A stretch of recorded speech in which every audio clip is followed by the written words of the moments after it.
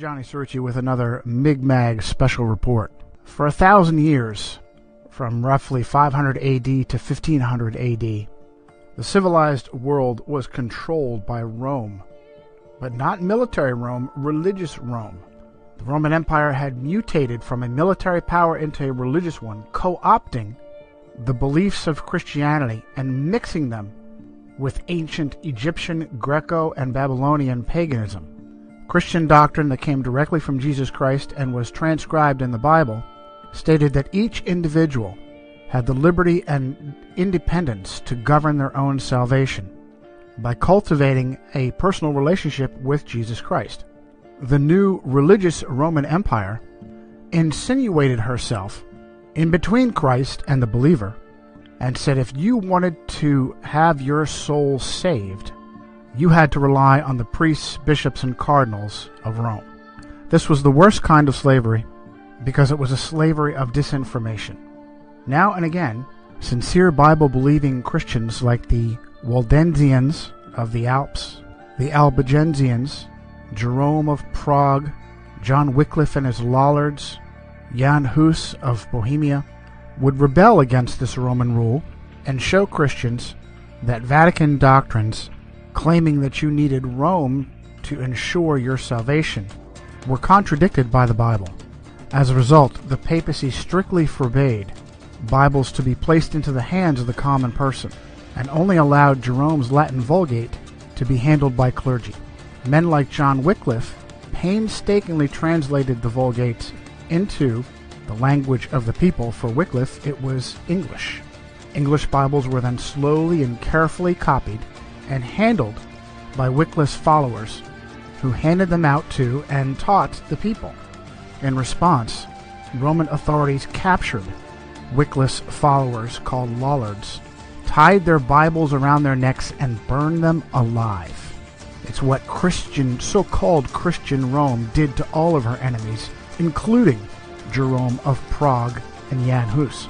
John Fox's Book of Martyrs, originally titled Acts and Monuments, is completely filled with examples of Catholic authorities torturing and murdering Christians.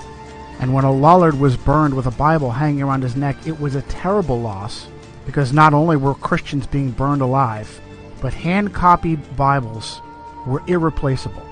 But in 1517, a new rebel stepped up, an Augustinian monk from Germany named Martin Luther.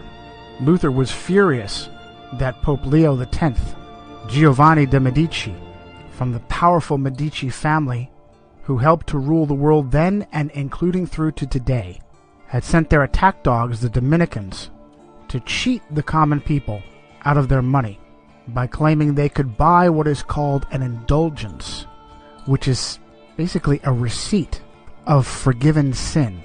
By paying money to indulgence peddlers like Johann Tetzel, poor Christians believed that they had some of their sins forgiven.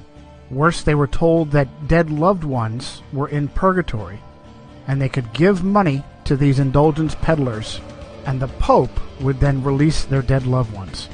Luther wrote 95 short paragraphs or theses, and on November 1st of 1517, All Saints' Day, posted them to the doors of All Saints Cathedral in Wittenberg. But what was different about Martin Luther's protest and the protests of previous Christians was the movable type printing press of Johannes Gutenberg. The 95 theses were translated and replicated by the Gutenberg press and spread like wildfire. Martin Luther instantly shot to number 1 on the Vatican hit list. Now remember, he was an Augustinian monk. But that didn't matter. He was waking people up and freeing them from the Roman chains, and for that he needed to be stopped. He was kidnapped by his benefactor, Frederick the Wise of Saxony, and held at Wartburg Castle for several months to protect him from Vatican assassins. During that time, he translated the Bible into vernacular German, and it may have been the most important thing he ever did, starting with the New Testament and then later the Old Testament. But now the Gutenberg press started printing off large quantities of common language Bibles, and the fires of the Inquisition couldn't keep up. Other brave Christians like William Tyndale, also a Roman Catholic priest, began translating Bibles into the language of their people. Tyndale was English like Wycliffe, and he too was eventually executed by Rome for his crime. But now Rome had a problem. There were too many Bibles and Bible translators to be kept in check by burning them all. A new tactic was born, a tactic that English Cardinal Thomas Wolsey called learning against learning. And that tactic was to discredit the Bible in order to force people to return to accepting Rome as the ultimate authority over their body and soul.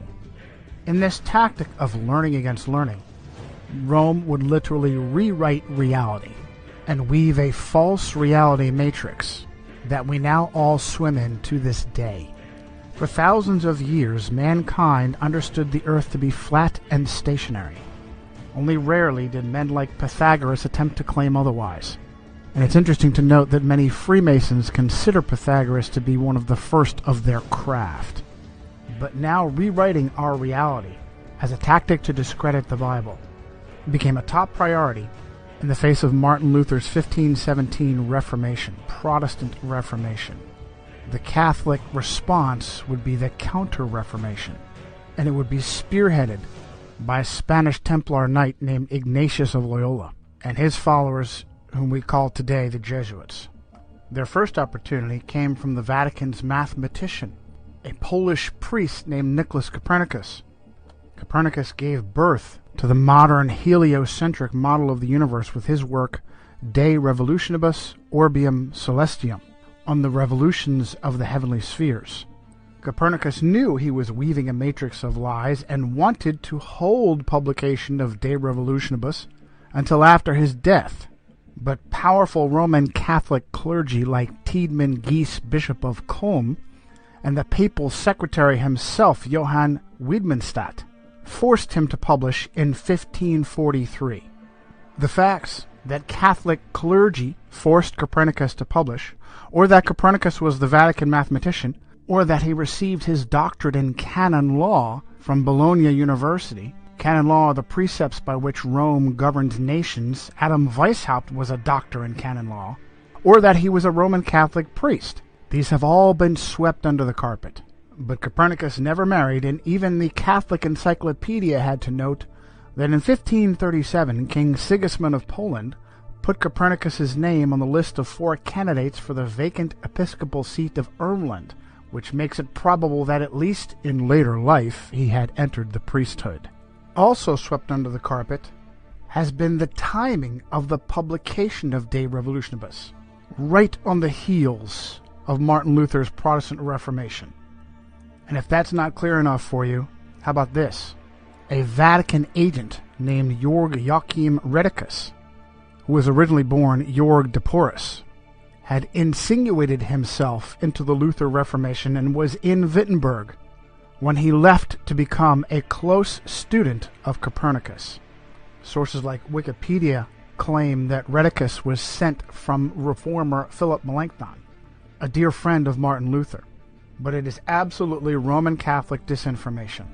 In the Table Talk of Martin Luther, the great reformer is quoted as having said, "There is talk of a new astrologer who wants to prove that the earth moves and goes round instead of the sky, the sun, the moon, just as if somebody were moving in a carriage or a ship might hold that he was sitting still and at rest while the earth and the trees walked and moved. But that is how things are nowadays. When a man wishes to be clever, he must needs invent something special, and the way he does it, he must needs be the best. The fool wants to turn the whole art of astronomy upside down. However, as Holy Scripture tells us, so did Joshua bid the sun to stand still, and not the earth." In his lectures on the book of Genesis, Luther said, "We Christians must be different from the philosophers in the way we think about the causes of these things. And if some are beyond our comprehension, like those before us concerning the waters above the heavens, we must believe them and admit our lack of knowledge rather than either wickedly deny them or presumptuously interpret them in conformity with our own understanding." The great reformer Jean Calvin, also known as John Calvin, called Copernicus a dreamer who has a spirit of bitterness and contradiction, reprove everything and prevent the order of nature. We will see some who are so deranged, Calvin said, not only in religion, but who in all things reveal their monstrous nature, that they will say that the sun does not move, and that it is the earth which shifts and turns. When we see such minds, we must indeed confess that the devil possesses them, and that God sets them before us as mirrors in order to keep us in his fear. So it is with all who argue out of pure malice, and that happily make a show of their imprudence. When they are told this is hot, they will reply, no, it is plainly cold. When they are shown an object is black, they will say, no, it is white, and vice versa. Just like the man who said that the snow is black, for although it is perceived and known all to be white, yet he clearly wished to contradict the fact. And so it is that they are madmen who try to change the natural order, and even to dazzle eyes and benumb the senses. Do you think Calvin knew how the Freemasons were used by the Jesuits? When they are shown an object as black, they will say it is white. We're talking about our government here. No, we're talking about a crime, Bill, pure and simple. Y'all gotta start thinking on a different level, like the CIA does. Now we're through the looking glass here, people. White is black, and black is white. Very quickly, Rome jumped upon this new model of the universe, and Jesuits like Christopher Clavius used Copernicus and his work to fabricate the Gregorian calendar, the calendar we all use. Rightly did the prophet Daniel say in chapter 7, verse 23, that during his vision a being standing near him said, "The fourth beast shall be a fourth kingdom on the earth, which shall be different from all other kingdoms, and shall devour the whole earth, trample it, and break it into pieces. The 10 horns are 10 kings who shall rise from this kingdom, and another shall rise after them. He shall be different from the first ones, and shall subdue 3 kings. He shall speak pompous words against the Most High, shall persecute the saints of the Most High, and intend to change times and laws. And the saints shall be given into his hand for a time." Very quickly did Rome and papal agents like the Jesuits begin to push this new cosmology. She took over astronomy and either pushed out or killed off anyone who contradicted the idea that the earth was a globe spinning in space and revolving around the sun. Even those that met her halfway didn't keep her happy, and she dealt with them as well. Teague Ottenson Brahe, whose nickname was Tycho, accepted the idea that the earth was a globe spinning in space, but still believed that his own observations and data proved that the earth was the center of the solar system and not the sun. This is known as geocentrism. Tycho wanted to follow in the steps of Martin Luther and studied at the University of Wittenberg, but was forced out by the plague. Brahe's life appeared to be frequently in danger, and in 1566 he lost a large portion of his nose in a duel. He was 20 years old at the time. He later died under mysterious circumstances at the very young age of 54. One of those who claimed it was simply an illness, a bladder infection contracted during a banquet in Prague, was his understudy Johannes Kepler. Kepler was a German astronomer and supposedly a Lutheran, yet he had an intimate relationship with Jesuits. In 1597, Archduke Franz Ferdinand II of Austria banished all Protestants, good Roman Catholic that he was, and Kepler fled to Hungary.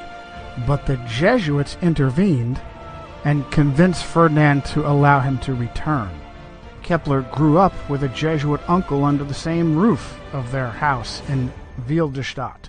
Uncle Sidaldus was a Jesuit astrologer who also kept a wife. Upon the unexpected death of Tycho Brahe, Holy Roman Emperor Rudolf II immediately promoted Kepler to replace him as imperial mathematician, and Kepler very quickly went to work, rewriting all of Brahe's observations to be interpreted as heliocentric and not geocentric. In a paper titled Kepler's Relation to the Jesuits, Dr. Jörg Schuppner at the University of Leipzig noted that it is well known that the order of the Jesuits was the most important and the most active Catholic order in the field of science during the 17th and 18th centuries. One field of particularly intensive successful study carried out by the Jesuits was astronomy. Many of their names are associated with the important discoveries in the history of astronomy, such as the discovery and mapping of moon craters.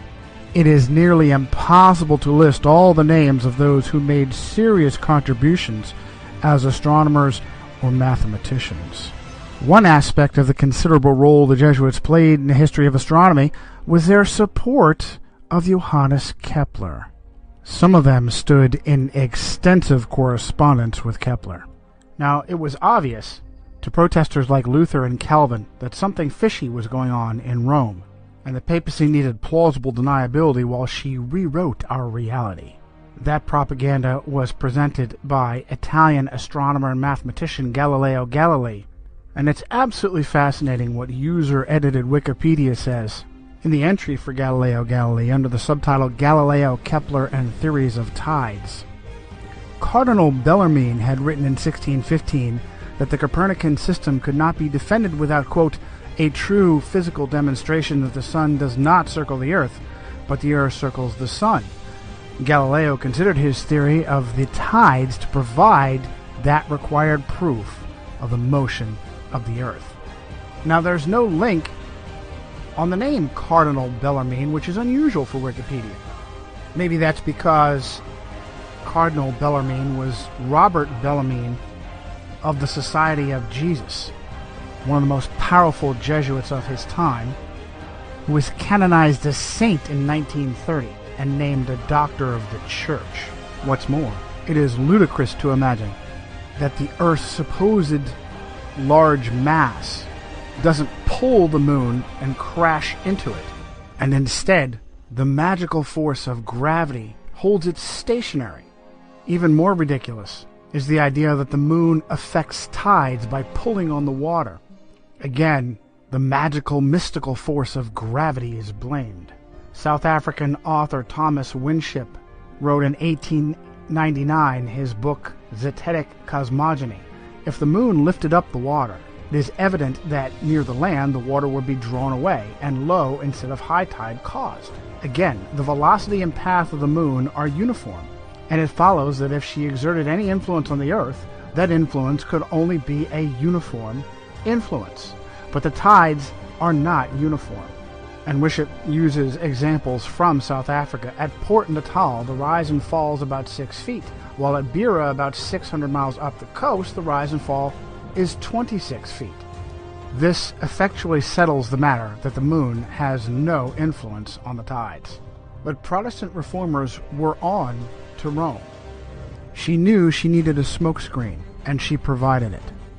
Suddenly, history was rewritten, and rather than pushing with her own agents, like Copernicus, Kepler, Galileo, and others, to rewrite our cosmology, suddenly the papacy was a defender of the flat earth.